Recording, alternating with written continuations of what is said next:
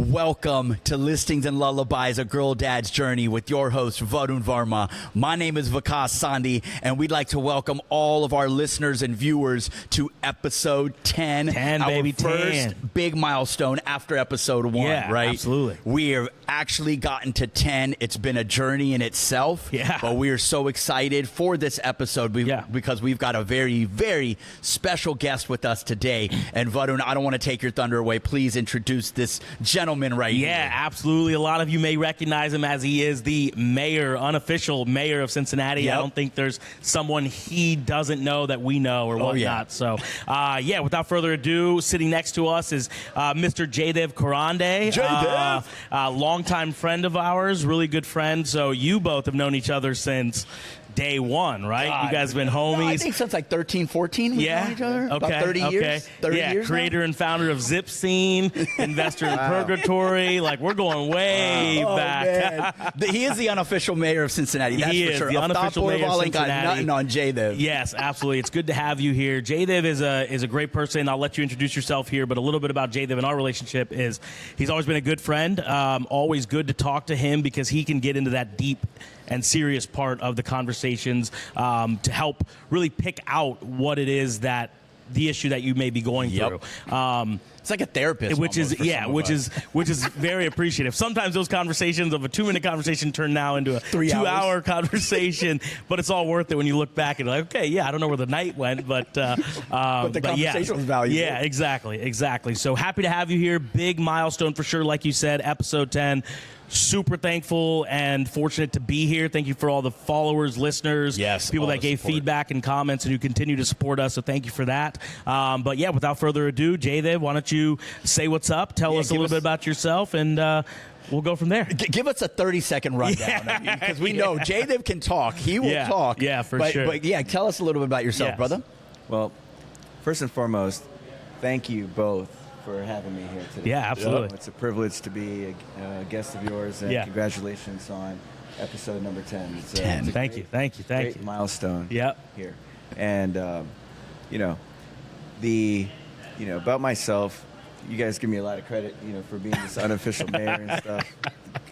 But in any case, life is just all about people and relationships. And that's what I've always been about.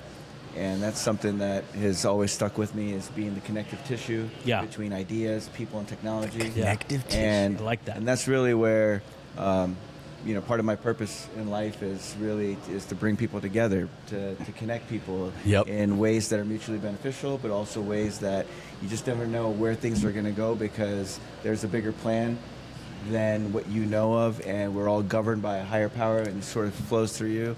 And so that sort of I just looked at it's a privilege to be in a role where I get to connect people. Yeah, gratitude. Absolutely. That had nothing to do about who he is, but that is who he is. That's who he is. That this was is where nothing the but episode everything is going, about who he is, People which is connecting, awesome. authenticity, and taking connective it to that tissue. Is that the term you use? The phrase? Tissue. That is amazing. That is amazing. Connective tissue between people, ideas, and technology. Yeah. I could have said Molly's Cupcakes, because that, Shout out to Molly's Cupcakes. Shout out to Molly's, even though he didn't bring any Molly's for us, which is why we wanted him on as guest, but that's okay. That's the part of the surprise, episode 10. Congratulations. But I wanted to leave specifically, the entrepreneurship part and all of that out because, those are just parts of what we do. Yeah. That's not who we are. Right. Yep. And we get lost in the labels of things a lot, and our ego and our identities get all wound up and in the knots. And sometimes we can only recognize ourselves because we've placed too much attention on these labels that how are we going to look better in society and all of that kind of stuff. You are preaching. Preach right now. So that's why, part of this introduction, most important thing, I'm a father. Yes, he is a girl dad. Hence why he's on the show as well. Boy dad first, okay? Let's be boy dad first. Yeah. JM, who's 4 years old, and then Kavya, who's a year old. Wow. She'll be 2 in October. Oh man, so you've got both flavors. You got a taste of both worlds, both differences, and all that happens, right? Yes. chocolate, vanilla, yin, yang, anyway, black, white, polar opposites in some cases. But you know what? It's great because Vikas, you and I have had these conversations before around the fact that being a parent is a lifelong personal development program that you signed up for. Boom, you nailed it. Because a lifelong personal development program. Because these opportunities, you know, we think as parents sometimes that we're here to teach the kid. Yeah. You know? And we sometimes don't get enough credit to human intelligence and what's actually come before us and what's already within us to really expand us naturally without us having to intervene. Yeah. And when you can actually watch the beauty in your children unfold, and I'll never forget watching JM at the age of, you know, he was like 4 months, crawling over these obstacles that I'd put in front of him with these big pillows to see what he would do. Yeah. He figured it out, and as he figured it out without any of my involvement, that's when it was my aha that, wow, we have it within us. And we as parents sometimes have been conditioned to have knee-jerk reactions around every aspect of things. No wonder we turn in these helicopter parents, is because we've been conditioned. And really it's more about paying attention to the true human intelligence that we've all been blessed with and watching that unfold in every one of our children's lives. Yeah. And that's not just watching them from day one, but it's constant, because you have to look at yourself really to see where am I being the knee-jerk reaction parent, you know, into this situation, and where, you know, and what am I saying to them? Wait a second, that just came from my mom. So I just borrowed something from her and just translated over to her without really realizing why is it that I'm doing it. Yeah. Do I believe in it or do I not believe in it? Yeah. We don't even stop and sometimes ask ourselves the question, why do we believe what we believe? We just tend to, you know, take things that were inherited to us or handed over, and we just turn them out and hand them out like flyers, like we were doing back in the day when we were promoting nightclubs. It's like, oh, you want me to take this belief system right here? Okay, cool. You know what? Here, take it, you know? Yeah. And we do that. And so anyways. And that's what's great, because we're starting to now question why. Why do I believe this, right? All those layers, man. Correct. All those and layers. you're starting to peel back. So that's what's amazing about you, is because you take the time and diligence to self-reflect, figure out the why, but behind every decision we do. And you brought up a good point. We are teaching our kids, but they're also teaching us. Yep. Right? Who we are, how we act, where do we get these, like you said, decisions, beliefs, guidance from, and how do we parent, right? Because the inquisitiveness of a child is amazing. It's beautiful, right? Like you said, seeing how JM decided to act and figure that out, because that was something that you saw within him. We all have it within us to find that will and dig deep to achieve something that is an obstacle in life. So that's great that you brought that up. So let's dive in. Obviously, we know about JM. It's going to be. This is going to be. Yeah, we might need to push our meetings after to this. destroy their ego, or looking for self-awareness, or grow. This is going to be the episode for you. I'm going to tell you right now. Yeah, absolutely. So go ahead. No, I saw. So you brought up JM and what you've been able to learn from you know, the birth, you know, him being born and him growing up. What have you seen? I love always bringing this up. Like, what have you seen? What's been different between boy dad world and girl dad world? Yeah. And obviously, you know, Gavi has 1 year, almost 2. What's been the big differences that you've seen for yourself? Yeah. But also in the kids. Yep. Definitely different. Definitely different. Yep. You know? And, you know, there's going to be people watching this show, like the 5 people, you know. Yeah. No, like, you know, like Danny and Smriti, you know, our friends. They used to tolerate my sort of, you know, preaching, standing on a soapbox, talking shit, and I really give them a lot of credit. I'm very grateful for their patience, because if I had to hear myself on that soapbox talking about how kind of parent I was going to be because of what I thought about watching kids and all this sort of stuff, dude, I would have kicked that soapbox underneath my foot. Yeah. And I would have been like, dude, shut the F up, because you don't know what you're talking about until you have kids. Right. And so now going through that, I just laugh at myself because I was really so naive. You are. If you don't have a child, you were very naive. So naive, and I'm still naive about a lot of shit in the world. I'll be the first to say that. But coming back to your question, the differences. She's spicy. He's sweet. Mm-hmm. Okay. He's very compassionate, and it's come, and I would say that compassion has been something that, Anita and I, from day one, we had very specific goals and a vision for the kids, and we wanted to raise them in a way that they're not conditioned by an achievement-oriented society. Yep. Awesome. And it was really more about instilling gratitude. Yep. Instilling compassion. Yep. Instilling all the human values that, regardless of what information is collected and how it's used, it's something that will always be there. What are the things that will never change? And it is those things that make us human that are what will not change. Not change, yeah. And to instill those values, and by instilling them, we have to be them.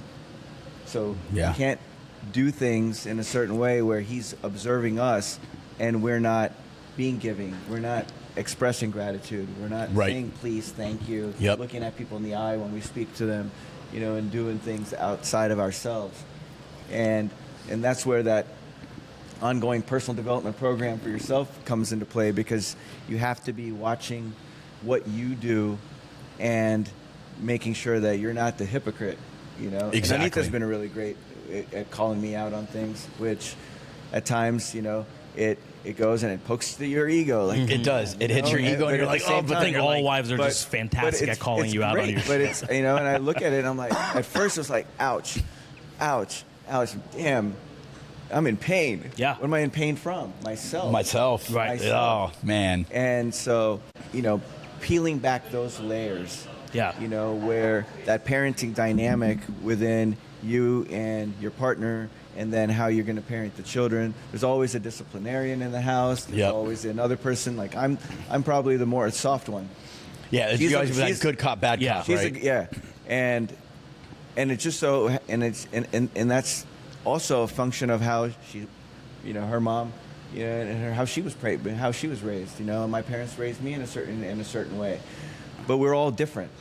Ultimately, what I'm getting to is how Anita has grown up, how I've grown up are different. Yep. Mm-hmm.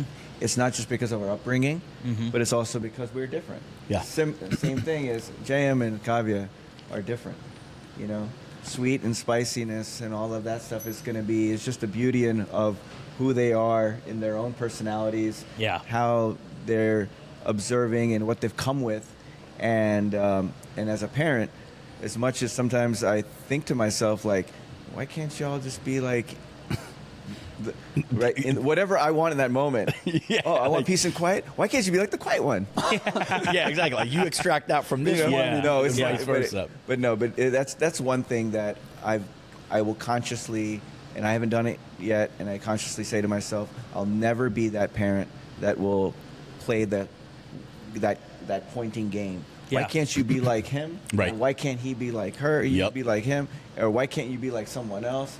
None of that stuff, because that really tears down. Yeah. It does. It's not. There's helpful. nothing constructive about it. Right. Exactly. So how did you adapt when obviously you had JM for 2 years, who you said was the sweet one, and then you were blessed with Kavya, a beautiful girl who's spicy. So what changes did you guys make individually, together? How did you adapt to her personality, her needs, and kind of how did you navigate through that?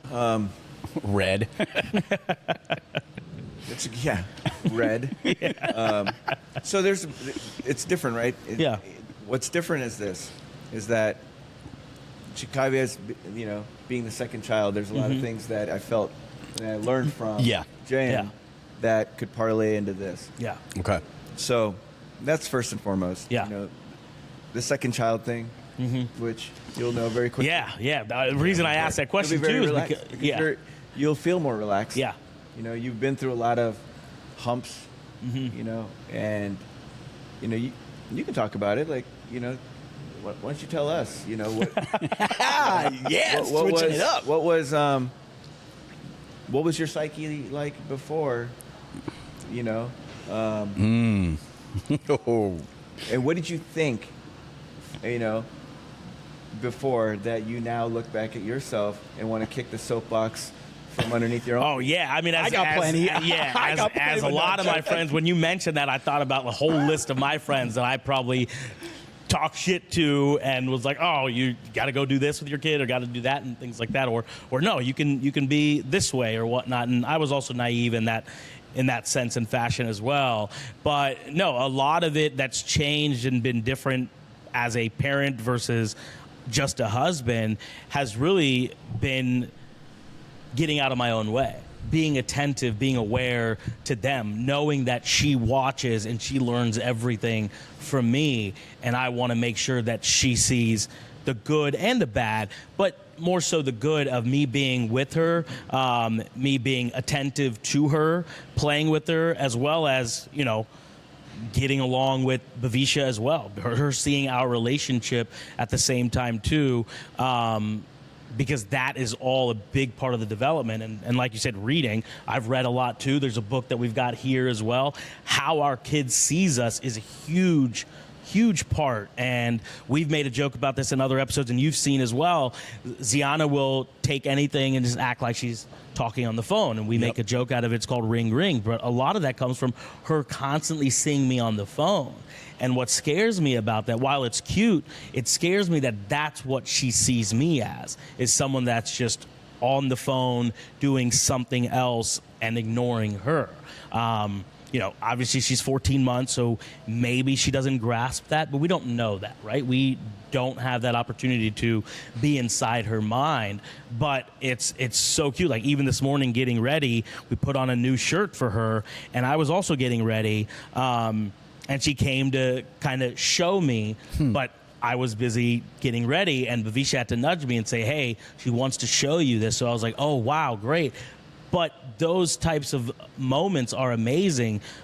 But my self-reflection there is I want to make sure that she knows that I'm acknowledging her and being present for her. So those are two things. Those are things that have just completely changed for me because I'm always on my phone. And you brought up the things that our wives call us out on, right? That are ego and pain points for us. And a lot of times in arguments Bavisha and I had as husband and wife that I was always on my phone. And it wasn't that I was texting friends or whatnot. Sometimes it was. But it was because I'm working. But there's just been a lot of self-reflection in terms of, okay, how do we put our phone away? How do we disconnect and just connect with us three, soon to be four? Because the second one will make things a lot more crazier. We'll go from zone coverage to man on man, as you're going through. So that is definitely a continuous mindset in my head of how am I making sure that our kids feel that we're aware, right? Because we've all had parents that have been in the entrepreneur world, right? I think the three of us come from that. So, and we remember those pains. Right, and a lot of the parents' generation now is trying to change ourselves to not be like our parents, right? To focus on the family life versus, oh, hey, let me go out there and grind it out, and by me making money is what my child needs. No, child needs you there. So that's been a different change for me in that sense. And the reason I will ask you that question is because we've got a second one coming. We may have it opposite as you, spicier girl, or sweet. Yeah. One or the other. Yeah, and I think if we have a boy, it'd be absolute batshit crazy, and wild. But we'll have to deal with that. Well, and going back to a couple of things you guys just mentioned, and these are great conversations. Yeah. I think one, the not being a hypocrite part is something that our partners will nudge us on, especially as we're very vocal type of humans, right, or men. And the hypocrisy part of it, I've realized, gets even more of a priority, and you have to build more awareness around as you get older, because when your kid starts to get at a place where they have their own phone or their own screens, and you're telling them to not be on their phones or limit screens, but then they're like, well, you're always on your phone. It's attached to your arm. That is where leading by example comes into massive play. Right, and it'll happen more and more because they are going to get a lot more aware. They're going to see how you and whoever it is that, whether your partner, husband, wife, whatever, how you guys parent, how you guys have your relationships and whatnot. So it becomes a lot more important to start making those personal development shifts early on, because later it gets harder. The other thing I just wanted to mention, it's funny that you guys brought up, because we've had some pretty unique experiences with this, is being naive when you're not a parent. We've had some instances with our own family, Varun, where by not being a parent yet and saying something to someone that has a parent has caused some serious friction in our family, right? We've had some serious things, and now you're in the same boat and you're like, shit, like, oh my God, some of that stuff that I may have done, or even me or whatever, like, now I realize I was really naive for saying that. And I just had this conversation with our nephew, Karan, who comes over to our house a lot now, and he sees the way Ovi, our son, is, and he's like, man, why are you acting like that, this and that? And we've had to have these conversations like, dude, you just don't get it. When you have a parent, you will understand. Right now, you were ignorant. You just don't know. So just be a little more human and humble to know that, like, what I don't know, I don't know. Right? And so those things are real conversations, real things that we all need to address for everyone that's listening or watching too, whether you're a parent already or you're about to be or you're not even close. Like, just remember, until you're in those situations, you really don't fucking know shit. Like, let's just be honest. I really want to say that out loud. Like, you really don't know shit until you're in that boat. Just like entrepreneurship, right? That goes to every situation in life, you know. And sometimes that argument, it transcends that. It just transcends into people's individual situations. You know, and circumstances. You know, it's very easy to drive down the street, see a homeless person. I'm gonna put this a little closer. See a homeless person, and think, oh, you're capable of holding a sign. Clearly, there's some marker that came and wrote a sign. So why can't you do this and get a job? You know, those are very easy things to jump into. We're all quick to judge. We're very quick to judge, and those are the aspects where, you know, it's relevant because we're not in their shoes. We don't know where their confidence levels are. We don't know about their capabilities levels are. We don't know so much what their past looks like, how they got there. All we know is that there's a human being that's there that is in need of something. Similarly, children, they're in need of something.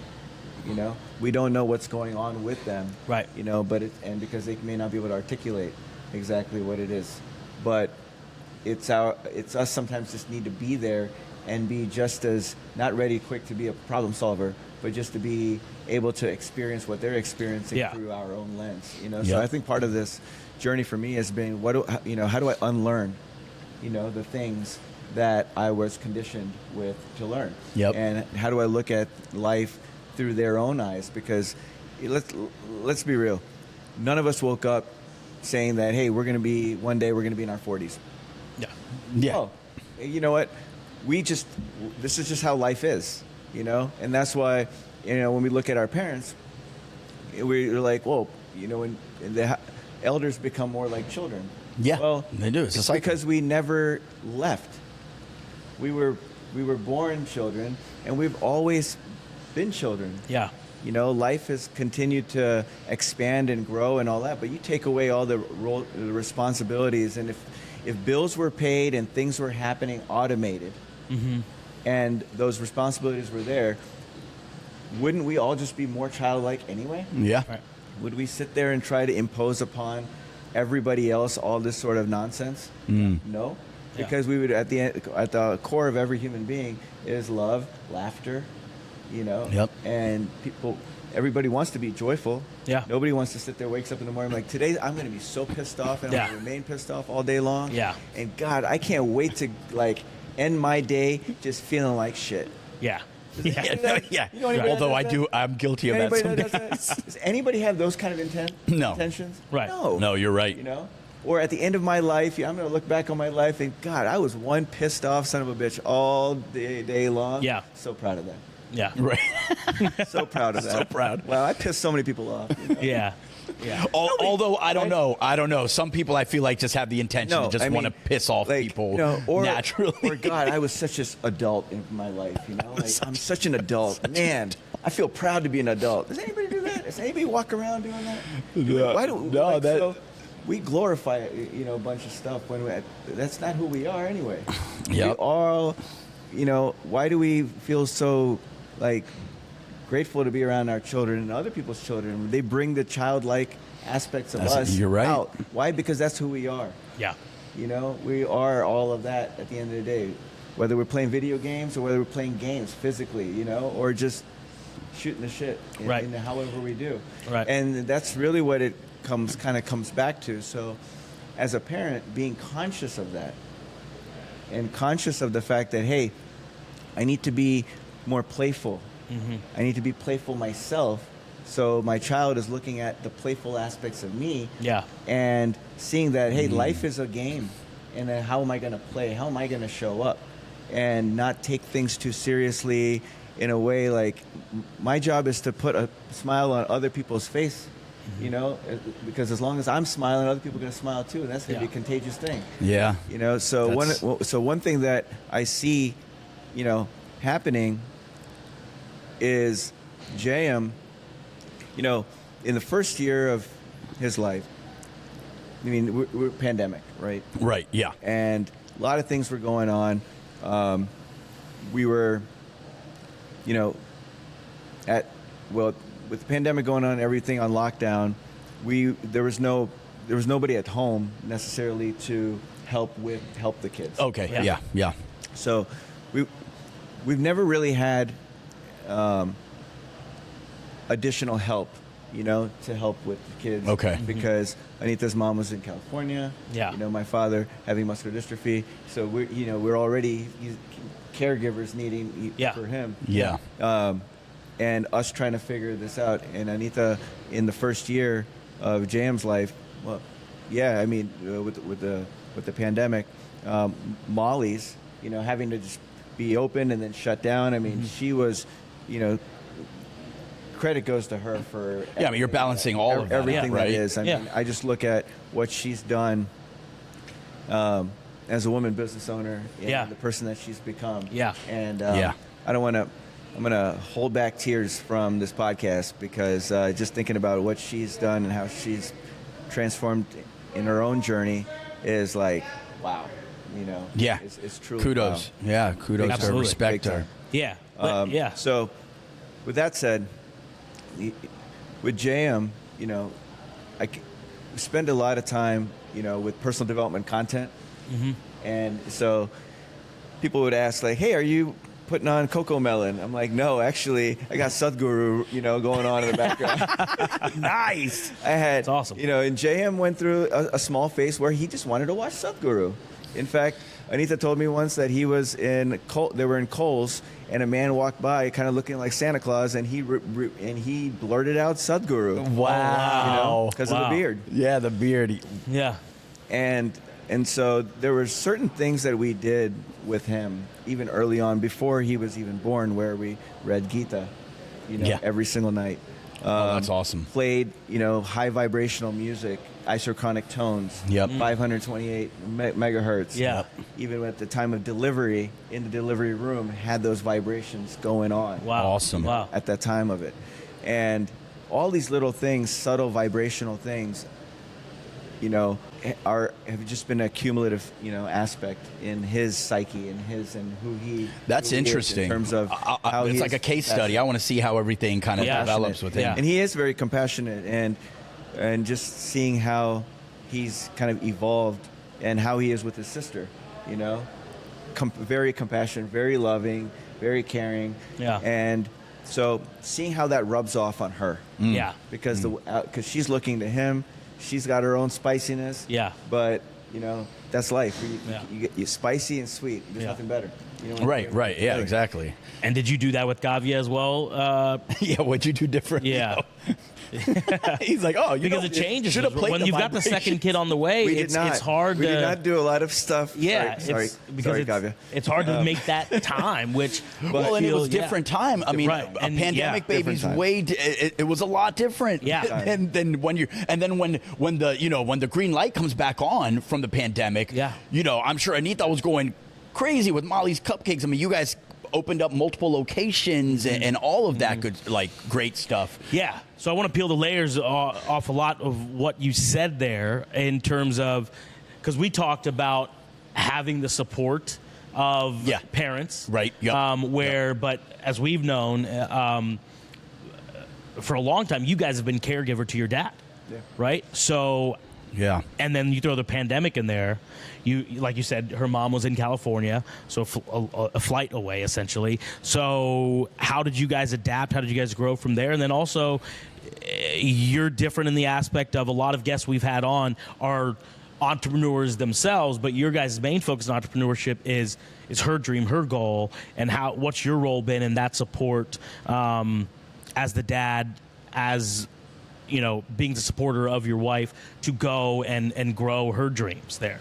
So, yeah. Well, during that time, yeah, I was also working on a different startup. Yep. Yeah. Mm-hmm. So I was building what the connection app. It had the elements of WhatsApp, LinkedIn, Venmo, all of that. Everything. In one. It was like WeChat of the West. Oh wow, yeah. Right. Yeah. At that time and so that's why you guys never really saw me. Yeah, we didn't. Yeah. We didn't. Anytime I did see you, it was in your front study of your house. Yeah. We just doing that. That was tough. Yeah. Trying to balance that out, and looking back on it, these are the areas where are always now watch outs. Yep. It's very easy for us to get caught up into things that we're committed to in our minds. It's very easy to get lost in our own vision. Mm-hmm. And again, in the beginning of this conversation, I was talking about identity. Mm-hmm. Hello became my identity. Yeah, you were living and breathing. There was a certain vision that I had of it, and what it was going to materialize to be. Yeah. And having to kind of figure that out, but Anita was building Molly's, yet she was still doing everything that mothers do, taking care of the children, the food parts, making the food. Mm-hmm. What are the kids gonna, what is he gonna wear, or the clothing? Yeah, managing so much that, as a dad, it's like, okay, mom's taking care of all of this. She's running the household, Yep. She's her business. And the next thing you know, this becomes normal. And you almost forget the role that you play. Right. Yeah. Yeah. Mm-hmm. And your identity kind of shatters. And there's parts of it because in Indian, culture, households, like my mother was always the one at home doing certain stuff. My father was the one working. Yeah. I don't know if it was a subconscious thing or what it was. Now looking back on it and looking at all of it, I'm like, holy shit, no. I would have done things very differently. Yeah. Yep. And especially around the balance and not taking into, it's just go where support is needed, and be and it's not about who's going to do what. Can I be responsible for it all? Yeah. Yeah.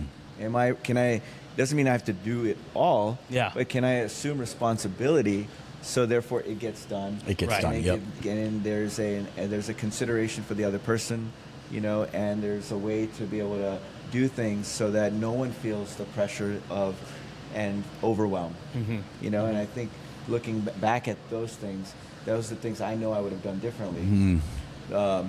Definitely did things differently with Kavya, because I spent a lot of time with Kavya. Yeah. I did a lot of things where I experienced a lot of stuff from JM, but there were times with Kavya that I just said to myself that these times are not coming back.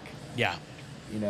And so are the pressures, going to be there to go out and provide for family, and you're doing all those things. sure, all of those things are going to be there, but those are also self-created pressures. Yeah. Yes. A lot of them. Yep. But there's certain moments will never come back. No. And I just remember with Kavya being part of that journey and experiencing certain things, and certain things I would get frustrated about, and Anita would just laugh, like, JM did the same thing, but you were sort of not present at the moment. Yeah. Right. And that was true. It was true. There were times where I was not present.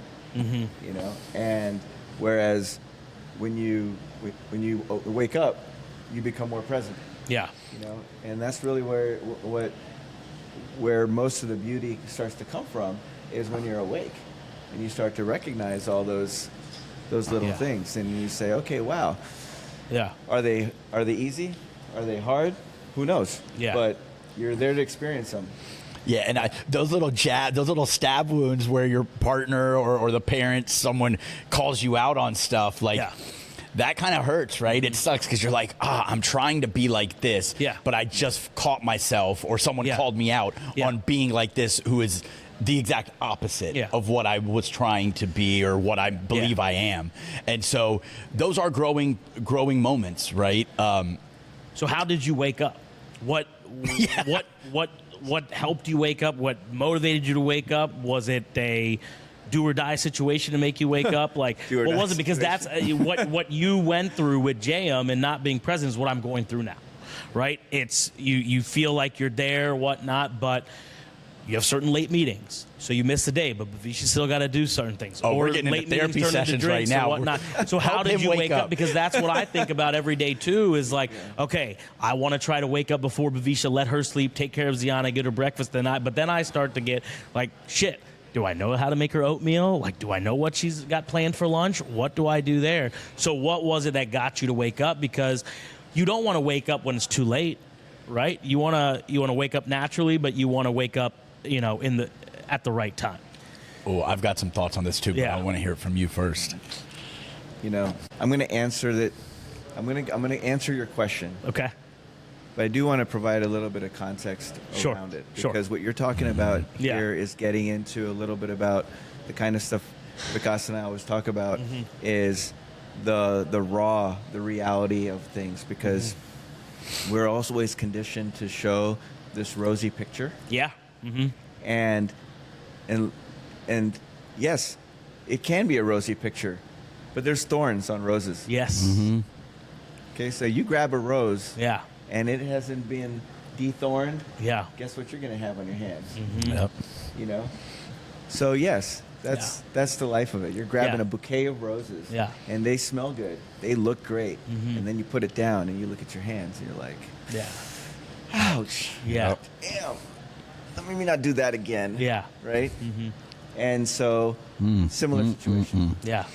Waking up is embracing those roses, and those roses and those difficult moments are difficult conversations. Yeah. That I had with Anita had with me, and so those difficult situations and conversations make you start to look at, oh, well, I'm holding these roses.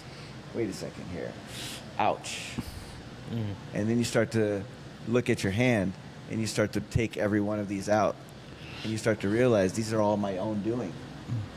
And this is something to heal from and learn from. Yeah. And underneath all of this is a mirror. Yeah.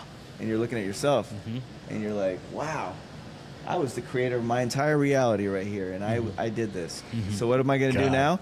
Look at my left hand, because it has nothing on it. And this time around, when I grab these roses, I'm going to make sure that they're dethorned. Yeah. And I'm going to make sure I approach it differently. And maybe they're with roses. Maybe I'll choose a different flower altogether. But what I'm talking about here is that waking up is embracing those conversations and being ready to go for them. And because we shy away from things. Yeah. If you're someone like myself who doesn't like conflict, I can handle conflict in different ways, but when it comes to inside, like internal, like when it comes to with Anita, or whether it was my parents or whatever like that, there's a small, very tiny circle where conflict is something that I, subconsciously would just avoid. But over time, recognize that, hey, you know what? There's magic is in it. You know, and it can be healthy discussions, healthy conflict, and inside there's something to learn for myself. Yeah. And I think by just diving into those moments, and not of it, all of it's conscious. Life happens for you, not to you. We have this, and so the more I looked at how life has happened for me, not to me, every one of those moments have just woken me up. And every day I'm awake. And I'm awake because those kids, they need me to be here, awake in the present moment, watching them, seeing them, making sure that even if they're going to bump their head, there's a lot of times when Kavya or JM, they hurt themselves. And my first response to them is, how did you do it? Yeah. Where did you hurt yourself? I did it this. Would you like to do it again? Yeah. Yeah. And he says no. And I said, okay. And that actually happened at Ziana's birthday at Pump It Up. Oh yeah. Or no.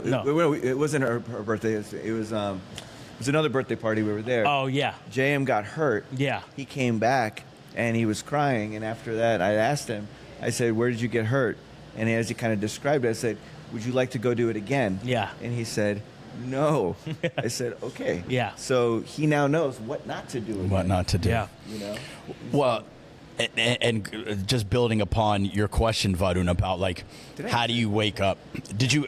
Oh, go ahead. Did you need to finish? No, I just need to ask him. Did I answer his question? Because I got. Because I was gonna build upon it. So there might be more ways to learn or get the answer you're looking for. Yeah. Well, there's not a direct answer. There's not a how direct to wake answer. up, right? No, there's not. Yeah, you explain the context of it with the rose analogy, which is great. But it's also what was great about that is you said you looked at your left hand and you do things differently. You approach it differently. You figure it out differently. You understand things differently. So that's helpful. That's helpful for sure. So yeah. Yeah. No. I just wanted to build upon it a little bit more, and this may be kind of all over the place, but I think there's you can either learn from other people's experiences and what you read and what you learn and what they tell you, or you have to go through some serious shit, and that's what's going to shift it. So that is first and foremost. You can either see what Jaydev went through, what other people have gone through, and been like, okay, I got to make sure I don't do that with my situation. Right. Or the other way, and unfortunately, we all go through some serious shit in life. Some shit will happen to you, some trauma will happen, and that is going to shake your entire world. Yeah. And then you're going to learn from that. And it also comes with being completely honest and true of who you really are and understanding that from the outside perspective. Like how you were learning from Anita telling you those stab wounds of well, you're being a hypocrite.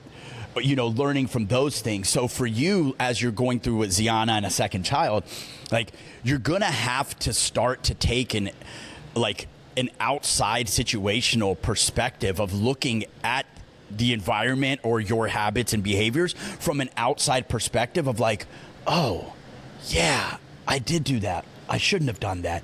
God, why didn't I think about that when it was, because sometimes you're just in the moment. And when you've got entrepreneurship and you're trying to also provide for your family, you do get blinded by that. And you actually get blinded in the situations that are what you're trying to provide for, if that kind of makes sense, right?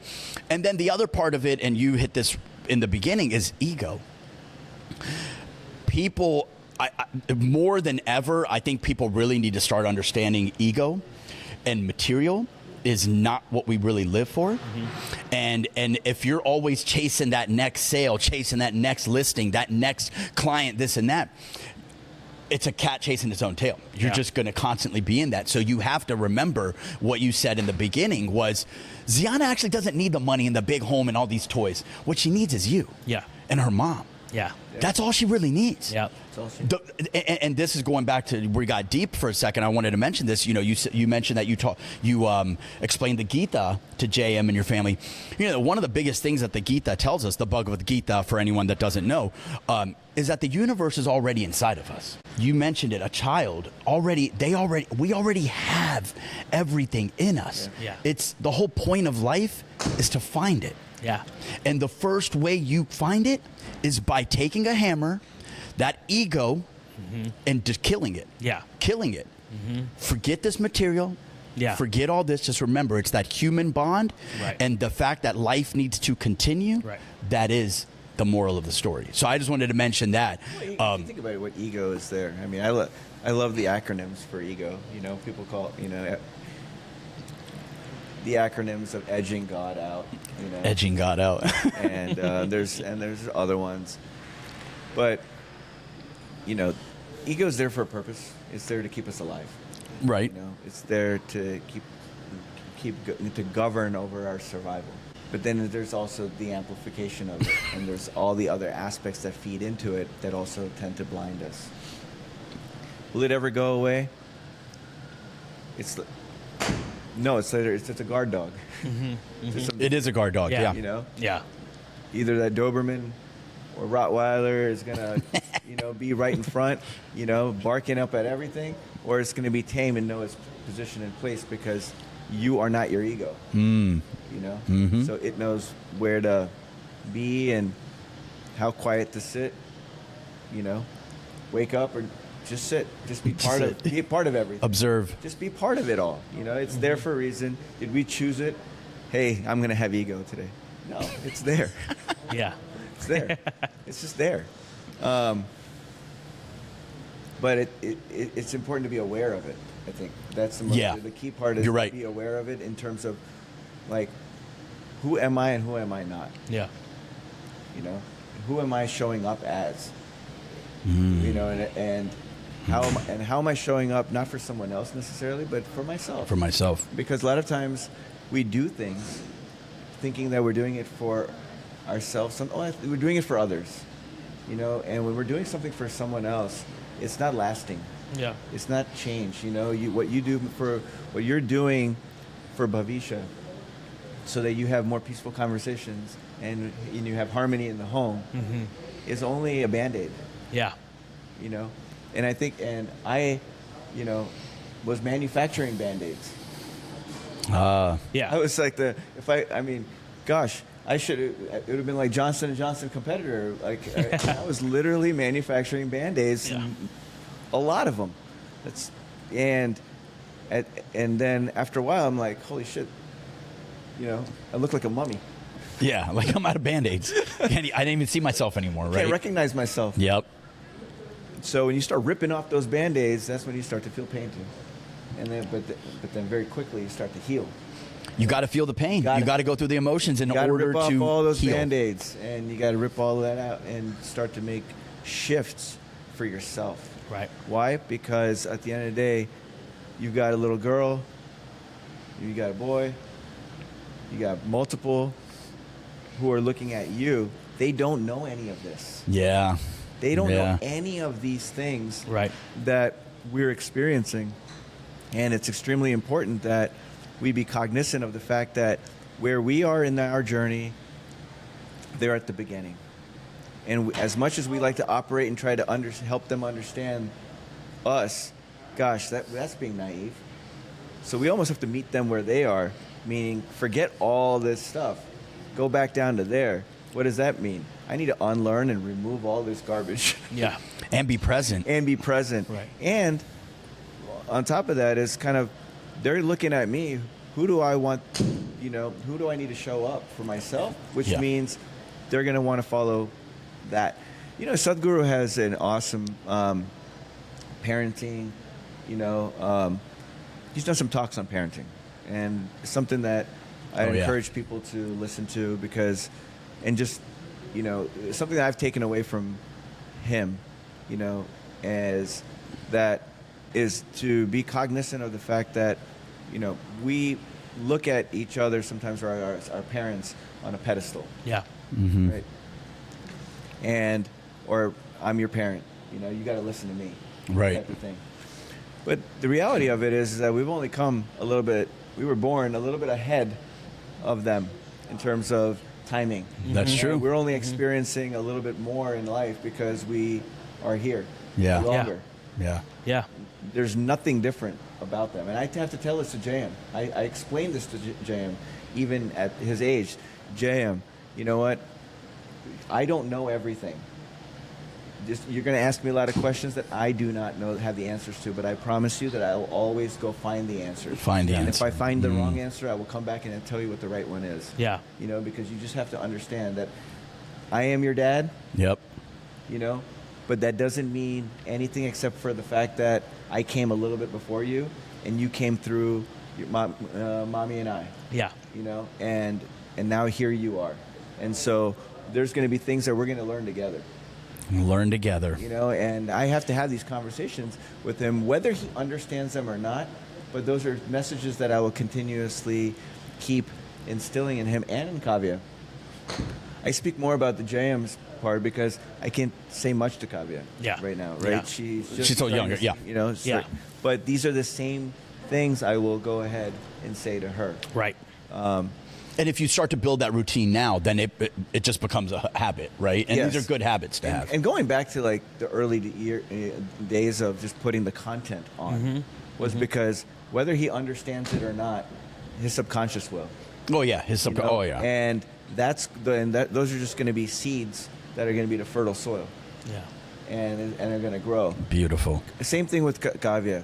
You know, I think I'm a little harder on Kavya. Yeah. Okay, I'll switch it up to like the girl dad part. Is there's been something about I actually wanted a girl first. Okay. Happy with Jam, but you know in the very beginning. Okay. You know, okay. I wasn't like when there was like a preference before we knew what the gender was. Yeah. I've always wanted a daughter. You know. That's awesome. But you know. And feel very blessed to have both son and daughter. In some cases, I think God did me a favor by, hey, let me school you on a little bit. You can become, you know, having to be a boy dad. Sure. Now you get, you know a little bit what parenting is like. Now I'm gonna make it spicy. Make it spicy. Yeah. And so with her, just you know, we're living in a day in a time period where I just love to see how empowered women are. You know, we talk about that all the time. Yeah. I just two species, you know, male, female, masculine, feminine. Us men are like second. Like if it was like women dominate, man, and you know I have so much respect. I just have so much respect for mothers, for women, and when I see Kavya and I look at Anita, think about our mothers, your moms, wives. It's just like wow, you know, because they go through so much, they sacrifice so much, and they don't even say and speak half the stuff that they go through. Yeah. You're absolutely right. Yeah. We only hear it because we're not doing our part. Yeah. You know, that's when we hear it. Man. But if we're doing our part, and the more we show up, then we actually get to see what else is there. Right. We get the full perspective. The full perspective. Yeah. And so, I think our role as dads is just being cognizant. And being that support.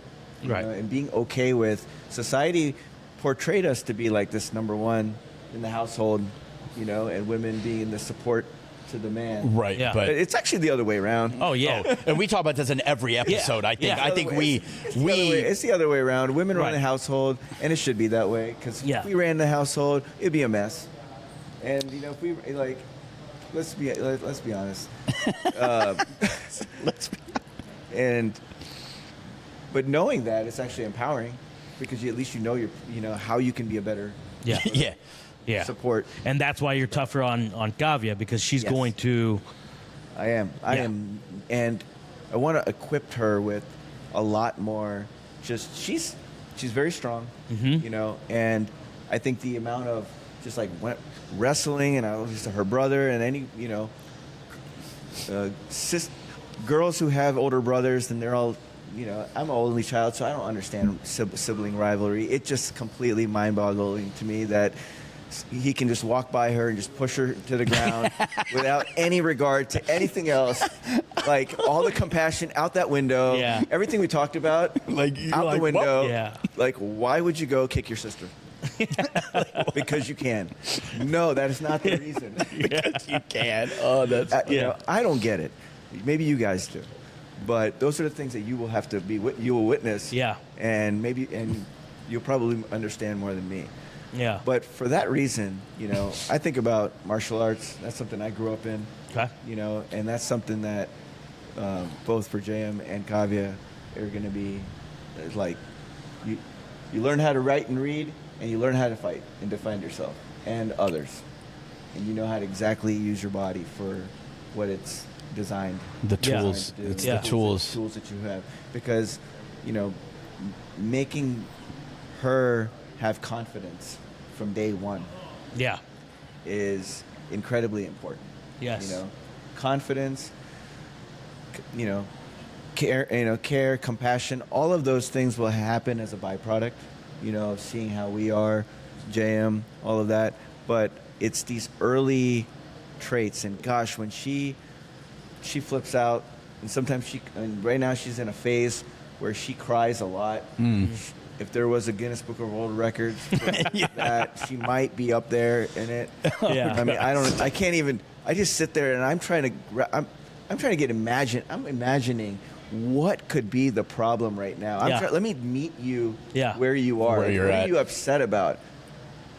But damn, I am just not there. Yeah. There's times I don't get it. Right. And it's okay. Yeah. What I am sort of like recognizing myself is that I'm making an effort, and I'm actually willing to walk away. The hardest thing about a girl dad is that you want to pick them up. Yeah. You know, when they're crying, you want to sit there and like console them. Yeah, console them. Pat their back and hold them. Yeah, and absolutely. You know, like Absolutely. everything about them. And then when they know that I own you, she knows. You know, and I'm okay with that. But at the same time, it's also trying to teach them. Yeah, they have to know that nobody's coming to pick them up. Nobody's going to pick them up. And I think that's the hard part about being a girl dad. Is to be able to look at when is it okay to let go. Yeah. And that's the hard thing, because I know that's probably hard for moms and their boys. Sure. Yeah, that's what we call mama boys. Yep. Mama's boy and like daddy's girl. Yeah. Yeah, that's very true. There is a dynamic between dads and daughters that mothers and sons have. You know, that is universal. And it's also important for us to recognize and kind of dig in deeper. What is that? Yeah. It's just the way. It's no different than, you know, mothers-in-law and wives. You know, fathers-in-law and sons. Right? There's a thread there that's universal. Yeah. You're right, though. No, there's you start to pull these threads there. It's why does that exist? Because there's something us humans have to learn. Yeah. If that didn't exist, what the hell are we doing here in Earth School? You're right. Earth School. What are we doing? You're right. You know, we're here to learn something, and these relationships are here to teach us something about ourselves, not about that other person. Yeah. Right. And those are the things that, when we're thinking about our children, it's really about, like, what is the relationship between me, myself, my source, the creator, my child, the source and the creator. Yeah. And then sort of like, because if your child, frazzles you up and you get all, you get all disheveled, it's not the child, it's you. It's you. It's you. It's you getting a glimpse of yourself. Yeah. You know? So in those moments when I say personal development program, it's literally, okay, my daughter's losing her shit. I have neurons in my brain that are absolutely exploding right now. Or literally on suicide missions. Yeah. And I got to keep her composed. Yeah. And I have to get beyond myself for the moment. Gosh, her screaming right now is so piercing. Oh my goodness, my ears must have fallen off. But I got to get past this Fun moment things to look too. forward to, for sure. I get Great. past this moment too. Yeah. And to get curious about what is it that is going on in her interpretation of what's happening. Yeah. Right. And And that's really going to be that curiosity. I think it's a curiosity that has to be within us as parents, us as fathers, to get curious about it all. Mm-hmm. What is it? What is it? What does it mean to them that they're what they're going through? You know, every stage in their journey is something that's unfolding for them. We take for granted because we've already been there. We've been there. Yeah, you're right. But we've forgotten. Yep. We It's a different time period too. So when times have changed, and we're sort of reflecting on those times, we're like, I didn't do that. I wasn't like that. And then one of your it's parents like, oh says, yes, you were. Or your friends and other people, the older friends and aunties and uncles are looking at you. Yeah. Gosh, you did exactly that. Yeah, like that was you. But I did it in a 100%. different way. Come on. Yeah, exactly. You're always trying to that wasn't that bad. disassociate. No way. That wasn't me. Right. No, but that was us. Yep. Yeah. We did that. We did that. And that's and beautiful. we have to literally embrace those aspects and get curious about those things and be like not take ourselves so seriously. Yeah. The only reason why we're getting in those predicaments with ourselves, our own emotions are at war with ourselves, is because we're taking ourselves too seriously and we're not meeting them, our children, where they need us to be. Sure. That's deep. Interesting. Okay. That's great. Wow. So we need to meet them, not they need to come meet us. That's right. Yeah. Mm-hmm. That's right. Yeah. Well, you already gave. We usually try to wrap up the show with takeaways, but that whole last segment right there, I think, was like a toolkit for survival right there. Varun, do you have any takeaways? And do you feel you're being successful? Because that's a conversation that Bhavisha and I have too. Is like when Ziana does cry, because it's an unfortunate world we live in, that we have to give tough love to our daughters so they can go grow and be stronger and deal with the shit that comes their way, whether it's struggles in the corporate world, struggles in, not to bring up politics, reproductive rights and their choices and their decisions, whatever that may be. That's the world we live in. So are you finding yourself successful in that? Are you finding yourself changing your mindset on that? How is that going for you in terms of making that decision? Like, okay, no, Jay, I'm sure I used to pick him up early on, but no, for Kavya, I'm going to let her cry it out a little bit longer. Is that something you're seeing success in, I guess, is what I'm asking. asking. Him in 10 years. Yeah. The real answer, the answer is I don't know. Yeah. There's a lot I don't know. Yeah.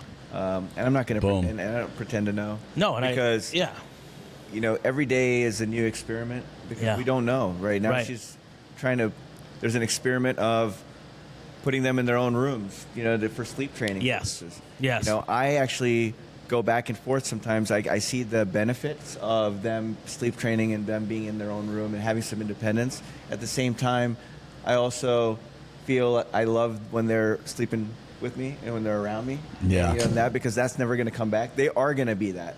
Yeah. This is not coming back.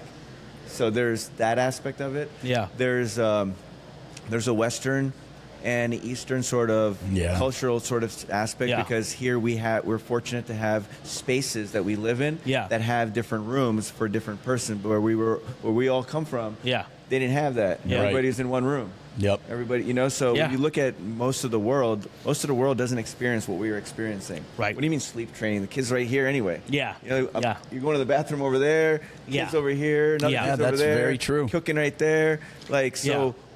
What are you all talking about? Right. What is all this? Everybody's training. Yeah. What's this routine? So we sometimes lose perspective of this society and like the blogs that show up and our feeds and our social media to condition us that maybe we should be doing things like this, and we forget the world at large, and we're like, wait a second here. Humans have been around for hundreds and thousands of years. All this stuff is made up anyway. So what do we really want to do? Right. And then this is what it comes back down to. There is the right way to do something is what's right for the children, your dynamics, your family, correct. Them. We have to take and be cognizant of the fact that we're all individuals. Yeah. And what do we all need, and how do we need to be for each other? Yeah. And that is a different formula that's going to work for the Varmas. Yes. Versus the Sondis. Yes. And the Karandes. Yeah. all very different. Yeah. Right? And because we're all different to begin with. Right. So to say that we should be doing something because that's how it should be. Yeah. We sometimes are taking other people's playbooks and trying to apply it. Correct. And guess what? We're playing a different sport. Yeah. You know, and in the world of social media, keeping up with the Joneses, you get lost in that. Yeah, so who are the Joneses anyway? Yeah, exactly. Yeah, literally, exactly. Screw the Karandes. I mean, like, it's not, don't keep up with the Karandes and don't keep up with anybody else. Right. Keep up with your, do yourself. Do you? Do you? Yeah. Keep up with the version of yourself from yesterday. That's great. You know. Yeah. Compete with yourself from, as a dad. Yeah. Be a better father every day. Yes. Every moment. Yes. You know, Yep. every Just like continue the day to before, improve. evaluate the fact that, you know what, yesterday I was a little impatient with her. Mm-hmm. You know, can I be a little bit more today? Yeah, can I try? Yeah. You know, last night I actually posted something on LinkedIn for the first time in probably a year, Wow. maybe longer. And the only reason what has got me there was I saw a video of a man who was it must have been in India, picked somebody up from the street, video, showered him, you know, like did everything, new clothes, they ate pizza. I mean, it's just a beautiful video. The amount of compassion that was displayed in this video, I woke up to myself this morning thinking, what would it look like for me if I was to be that compassionate to every single person? Yep. And how can I bring that level of compassion to my children, to Anita, to my parents, to you guys, to strangers on the street? Because that's all I can control, you know, at the end of the day. That's true. And as a parent, all I can control is myself in every single moment. Yeah. And being patient with them, letting them discover, you know, being part of that discovery, coming up with new games for them, coming up with new ways for them to learn, accelerating their learning, not because of the fact that I want them to become something. It's because I want them to learn skills and you know, and accumulate capabilities. The more capabilities that they have, Exactly. and learning how to learn. Yep. And I told JM the other day, I said, JM, I want you to repeat certain things after me. And I said, you know, thought. You know, I told him, I think good thoughts, say good words, do good things. Wow. There you go. Yeah. Boom. And we were and he was repeating it that after me, because I was telling him all we have is our thoughts, we have our words, and we have our deeds. And those three things make up everything. And so it all starts with thought. And so There you go. for years we go back and forth. Thoughts become things. Thoughts become things. You know. And, That's beautiful. You know, and JM and that's I amazing, and yeah. even now, and this will happen. We'll do this with Kavya as well. But he says hello to everybody. I always say, JM, acknowledge people. Say hi, look people in the eye, and say hi. Whether they say hi back or not is not important. Yeah. They will know. They will smile. They will feel acknowledged. Yeah. Keep practicing that. Keep so he's practicing it. always saying hi to people, and Kavya says hi to people too. Yeah. She's always waving. And I see that because all that is teaching them to acknowledge each other. Yes. Acknowledge your fellow human beings, you know, and just create that. And as long as you're able to be the first to open the door for someone, hold the door for someone, be the first to, if you're in the elevator, you know, ask others, you know, what floor are you going to be at? Yep. Yeah. Be the first to say thank you. Be the first to do. Take the initiative. Yeah. So those are those things that, you know, are important for them to also see what we do. Yep. You know? Yep. And if us fathers are not on our game and are pushing ourselves to be better versions of ourselves, Yeah. and thinking about, like, how do I be my future self now? You know, Yeah. my buddy Ben Hardy has got a book called Be Your Future Self Now. Yep. And he's got a new book coming out next year called Rapid Transformation. But these books are, you know, he's a father of like 7 kids. Wow. And he's actually and he adopted another. Wow. He has 6 kids, and they adopted a 7th. Wow. And but that just tells you, like, how big of a heart he and his wife have. Yeah. You know, and I've asked him, like, I don't even know, how do you all do it? Yeah.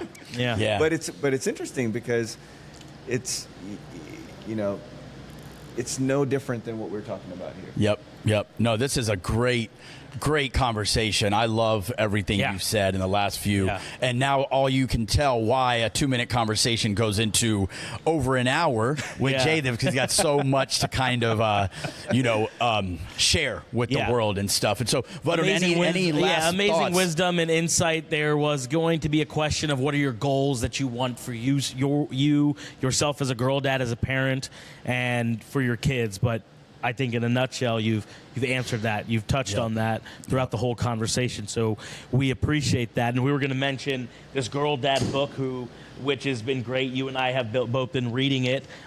You're fortunate enough to know the owner of this, and there's a lot of stories in there. That's good advice of people that maybe our kids will be able to share in 10, 15, 20 years down the road of what they took away from our parenting skills, the good, the bad, the ugly, and overall just appreciative of your insights and wisdom and thoughts and guidance. So, great episode, number 10. Thank you, Jaydev, for joining us today. Thank you for dropping tons of knowledge, and we really hope a lot of you take something away from these episodes, right? And there's a lot to take away from each one, especially this one. And so, Jaydev, thank you for joining us on episode 10. Episode 10, of baby. Listings and Lullabies, for sure. A Girl Dad's Journey. Don't forget, you can check out our all of our episodes, video and audio, on our website at girldadspodcast.com. We also are on all of the major podcast streaming platforms like Spotify, Apple, Google, Alexa as well, Amazon. And then, of course, all of our full episodes are on YouTube. And please don't forget to check us out on Instagram, TikTok, and Facebook at girldads.podcast. Shout out to 5 Iron Golf for always allowing us to host our podcast here. And thank you all for supporting, for loving this, and sharing it with the rest of the world. Yep. Peace. See you guys.